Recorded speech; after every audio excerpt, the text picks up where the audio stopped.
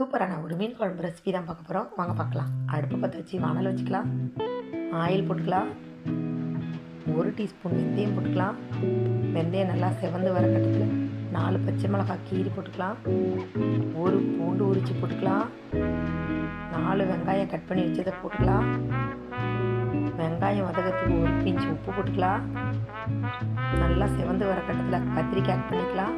3 கத்திரிக்காய் கட் பண்ணி ஆட் பண்ணுறேன்.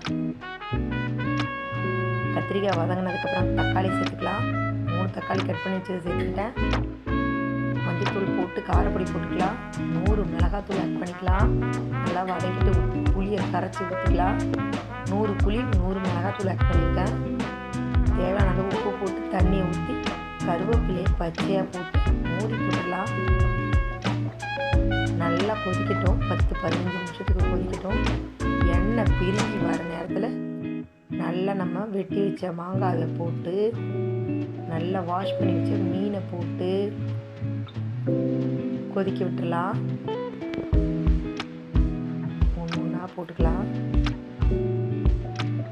நல்லா கொதி வரட்டும். எண்ணெய் பிரிஞ்சு வரட்டும். மீன் போட்டதுக்கப்புறம் மூடியே போடாமல் வேக விடணும். மூடி போட்டால் மீன் குழம்பு டேஸ்ட்டே இருக்காது.